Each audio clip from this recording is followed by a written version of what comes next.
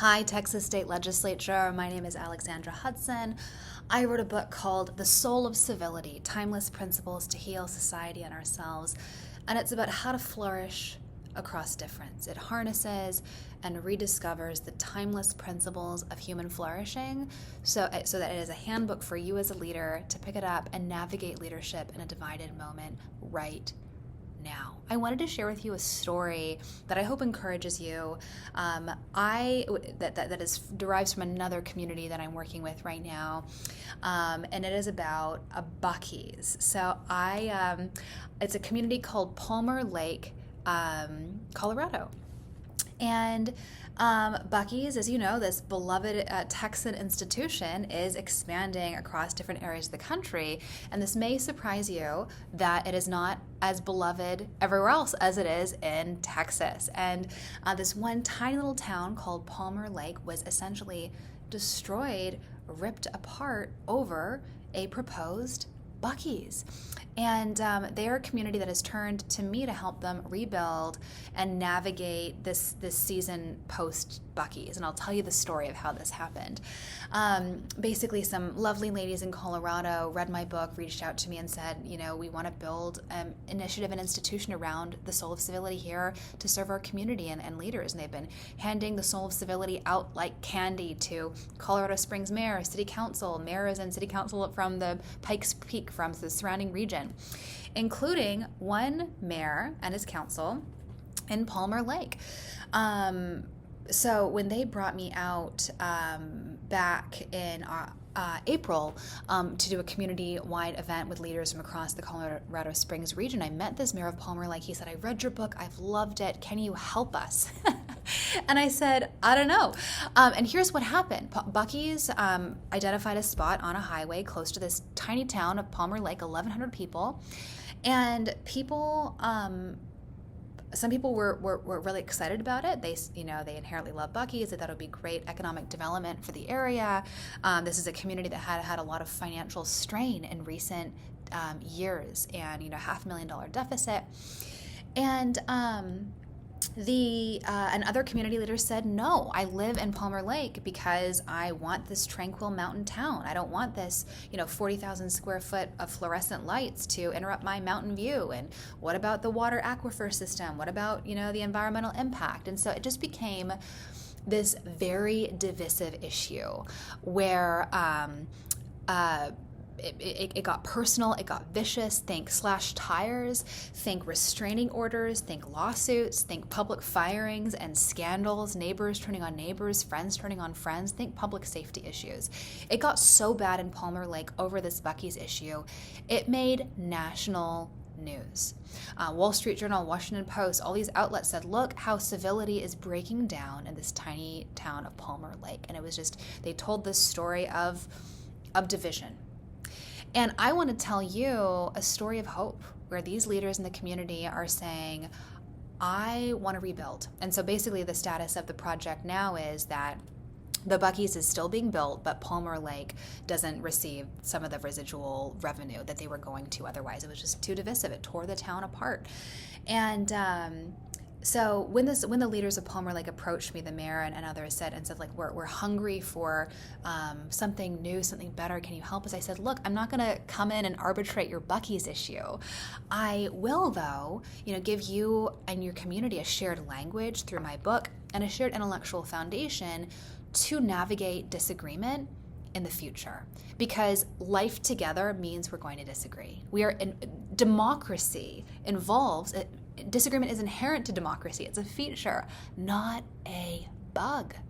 The question isn't whether we disagree. It's, can we disagree in a way that brings out the best in us and doesn't destroy us? Because that's what we see happening all across our country, nationally, locally, like in instances of Palmer Lake. And so it was really beautiful. We had a retreat. I hosted a civic renaissance leadership retreat in Palmer Lake, hosted by the mayor there. 3 mayors and their city councils got together, and we hosted this event for 25 public leaders to say, "Look, we've experienced division. which is an inevitability. But what can we do starting right now, leaving this room today, to start rebuilding a vision of the future that we can get excited about? And I told the mayor of Palmer Lake, I said, please, in advance of the retreat, please invite your antagonists. Invite the people who were your haters, the people that were pro Buc-ee's. And he said, are you sure? Okay. And we did. And it's so funny. As soon as this became public, I personally started receiving hate mail from some of these anti-Buc-ee's contingent. They're like, are you in the pocket of big Buc-ee's? Like, who's paying for you to come? And like, just totally being maligned because it's still so raw. It's such a fresh issue, and it's been years in the making, and there's so much woundedness that we have to resolve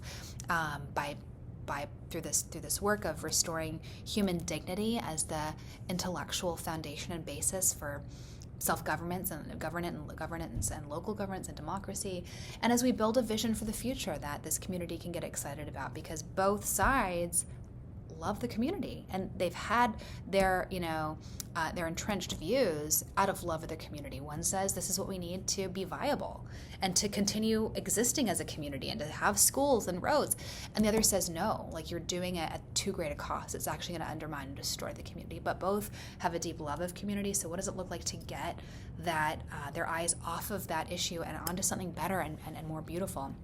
And so I got all this hate mail, and I had to say to them, no, Buc-ee's is not paying for this Civic Renaissance Leadership Retreat. I am not bought and paid for by Buc-ee's. I was actually local philanthropy in the Colorado Springs area, and the communities themselves.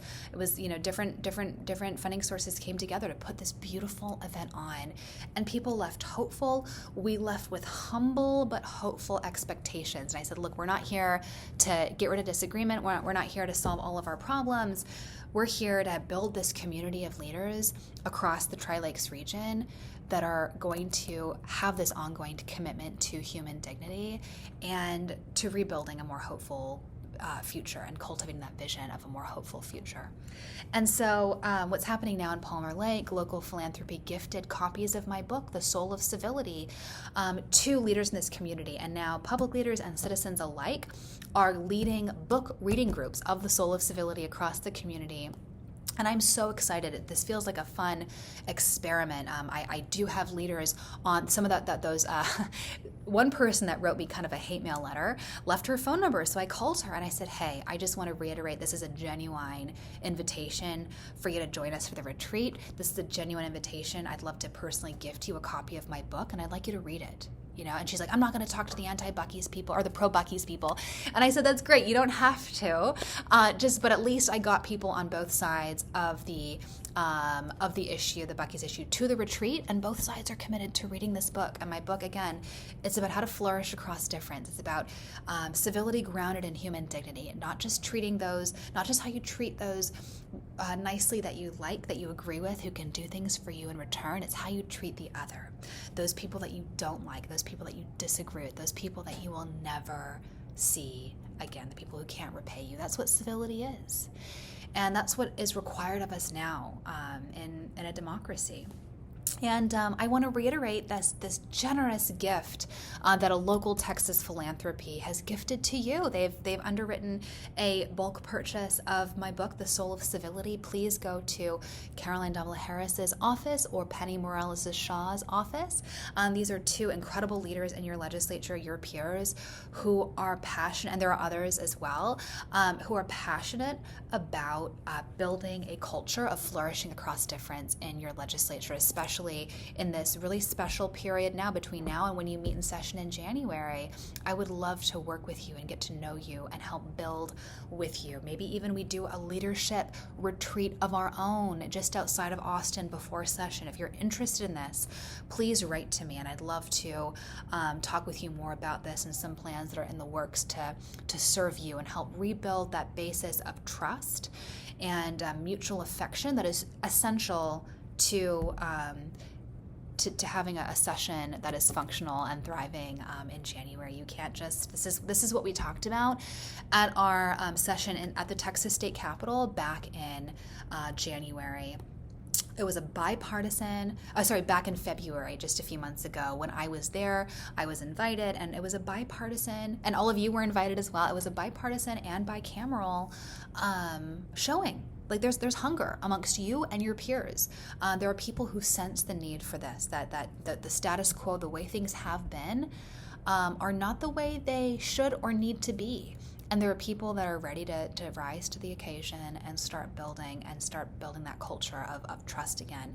And this is what we said at that session where, you can't just show up to years of ignoring each other or fighting, offline or on social media or in the headlines, that there's work that needs to be done offline, quietly, rebuilding those relationships that allow democracy to function and to allow you to do your job, to serve your constituents, to defend your principles.